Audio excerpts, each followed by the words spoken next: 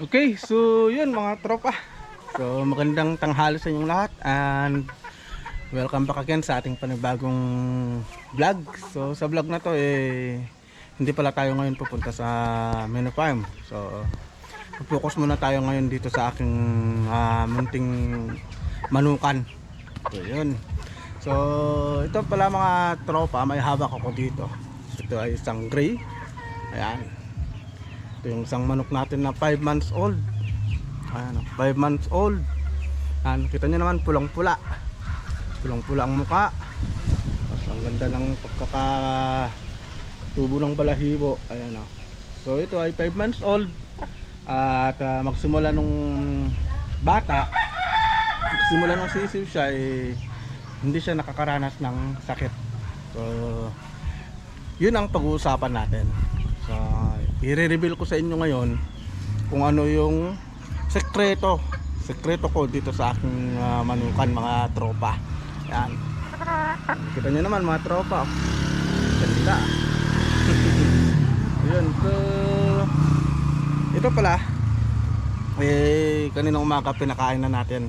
Pero magmula kaninang umaga hanggang ngayon mag-alas 12 na, hindi pa natin sila pinapainom. Dahil yun lang gagawin natin, papainumin natin sila ng aking ultimate secret ng aking manukan. Ayan. Ganda. Ayan. Ito ay isang gray. So ang tatay nito is golden gray. Tapos yung nanay nito is golden boy. Ayan. Golden girl. Ayan. Ang mga tropa. Isang napakagandang manok ang ating na-breed. So nagsimula pala akong mag-breed nung last year ng September. So ito pinanganak ito ng December. Ayan, December. So sakto January, February, March, April, May. So 5 months old. So ito ay na mga tropa. Pinapa-hardening ko na sila kasi medyo lumalaban na sila. So sakto 6 months ayun, buo na sila, pwede na silang lumaban. Yan. So ito yung isang ating manok na gray. So dito naman yung kanyang kapatid. So yung nag-iisa lang to na lumabas na gray. Yan. So papakita ko naman sa inyo yung golden boy natin, yung kapatid nito, bago natin i-reveal yung sekreto ng ating manukan.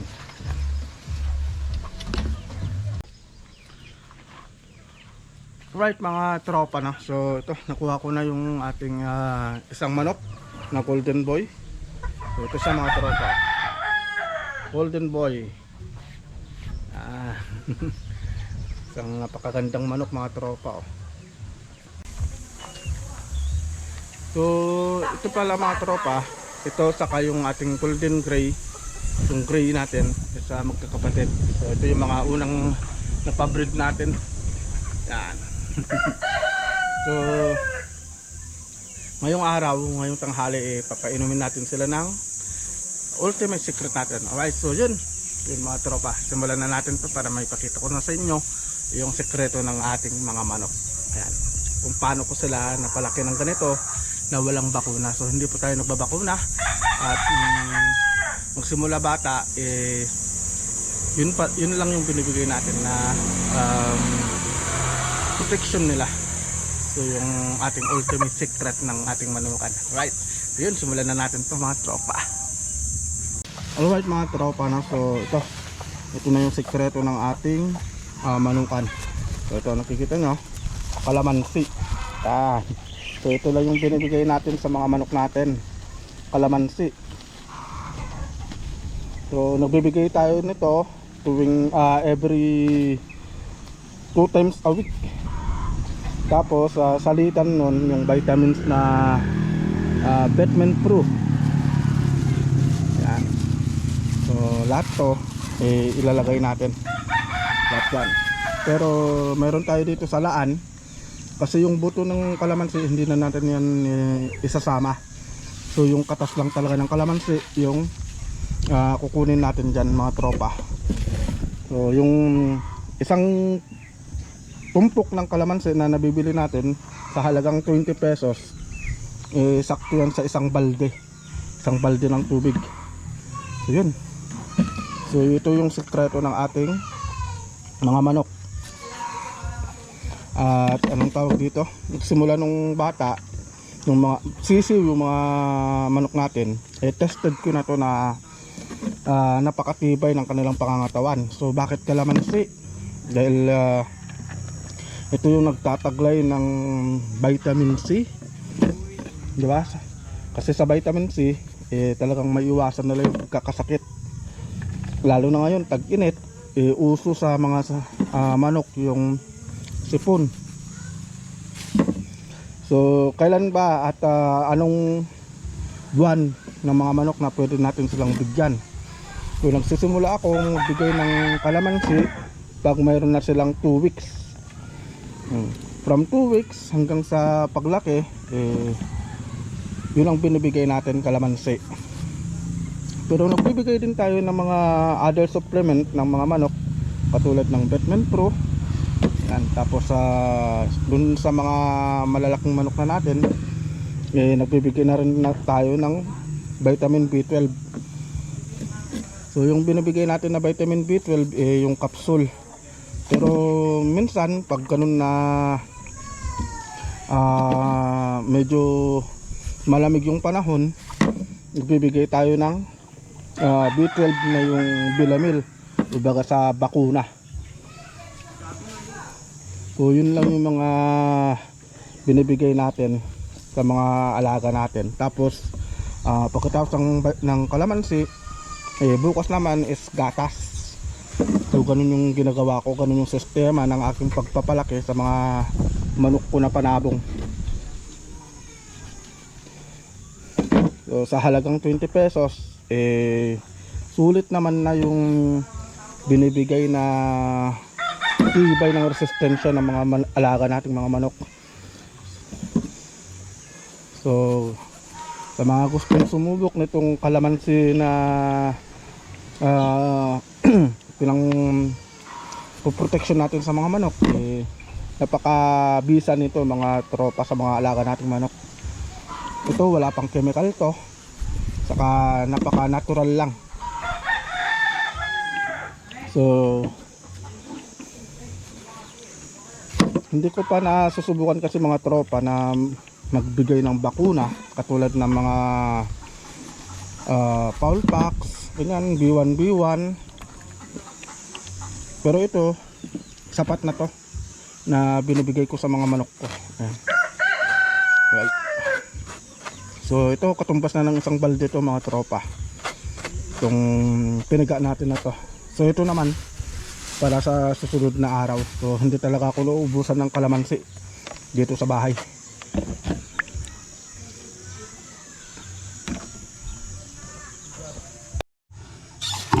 Right. So yun, so ito yung aking balde na pinaglalagyan ng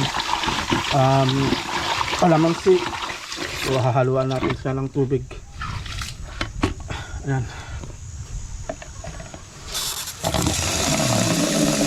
Mga tropa, ang kalamansi natin.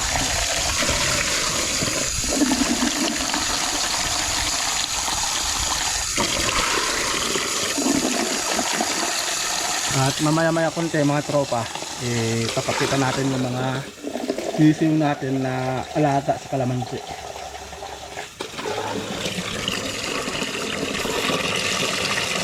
Mga tropa.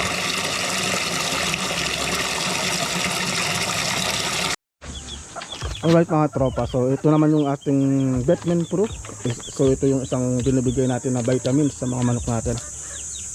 Ay, nauna ka na. So ito yung ating pullet na gold. Yan. Uhaw na yan mga tropa. So yan yung isang dahilan kaya hindi ako nagpapainom pag ng umaga. Pag ganyan na magbibigay ako ng kalamansi para uhaw na uhaw talaga sila.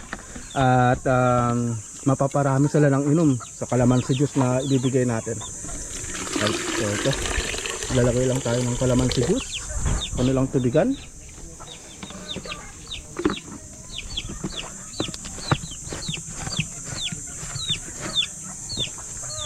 Kaya papanoorin natin kung paano sila sumungkab sa ibibigay natin ng kalamansi juice. Ayan, ito yung ating mga 3 weeks old. Puro lalaki lahat yan, mga tropa. So nasortihan natin yung pagbibreed. Right, yun na yung mga tropa. Susunggab na sila. Umiinom na sila.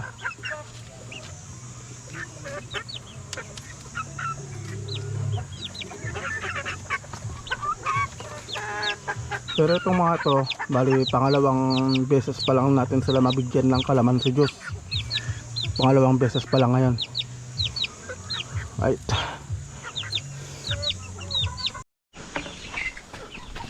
So madako naman tayo dito sa ating mga 1 month old. So itong mga to, laking kalamansi. Yung mga yan, laking kalamansi yung mga yan. Nandito yung tubigan nila. So, magbibigay tayo ng kalamansi. So yun yung sekreto ng aking mga manukan, mga tropa. Kalamansi juice. Masim-ngasim ito.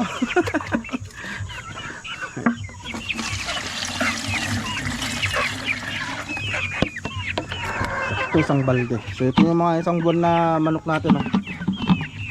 Month old. Sila.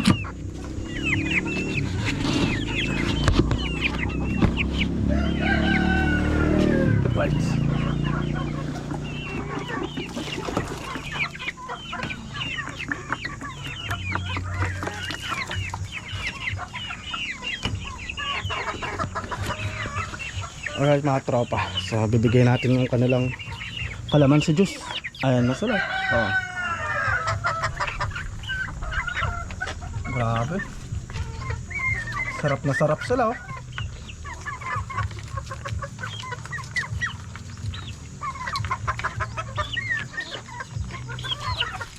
Diba? So yan yung isang kagandahan na hindi tayo nagpapainom ng umaga pag magbibigay tayo ng kalamansi. So yan mga tropa, walang bakuna yung mga yan. Hindi tayo nagbigay ng foul pack, B1B1, wala. Ibigyan natin ng mga malalaki natin, mga 5 months old.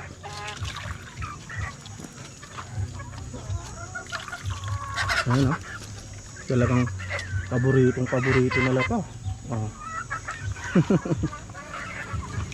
Mayroon pa pala tayong isa dito, yung ating golden boy. Ayan. Bali 4 kasi ito mga tropa.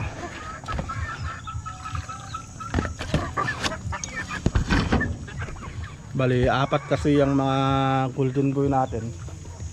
Kaso yung isa binigay ko kay tatay kasi pampalahi niya raw eh. So nag-request siya, so binigyan ko. So dito naman tayo sa mga naka-range, yung mga nakagala. Ay mga yan, laking kalamansi yung mga yan.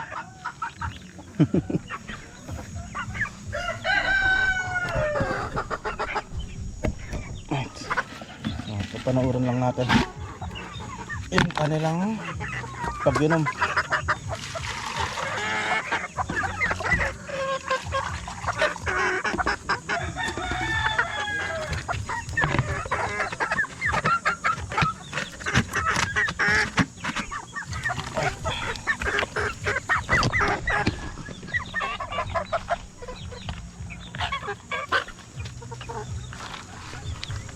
Ito yung isang gray natin, kapatid ng isang pinakita natin doon kanina na 5 months old na gray. So ito 3 months na to, running for 4 months. Ito naman ito yung ating mga Mac Gray na nakakross sa Tornado Hatch. Lakas na lang uminom. So, mayroon din tayo dito mga pullet. Ito yung mga pullet natin na naka-separate na. So alam na para sa next na breeding season na to at the month of August. Bibigyan natin ng kalamansi lahat yan mga tropa. Kalamansi ang iinumin nilang lahat.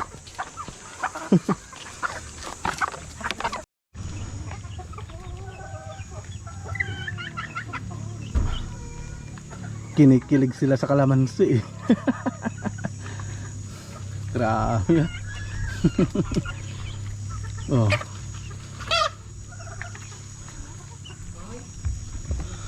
Alright mga tropa, so yun yung sekreto ng ating manukan. So yun lang yung binibigay natin, kalamansi juice. Tapos every other day Betpen Pro. Kasi hindi pwedeng araw-araw na kalamansi, hindi rin pwedeng araw-araw na Betpen Pro. Pero yung mga nandun mga tropa, bukas papaliguan natin sila kasi bibigyan na natin sila ng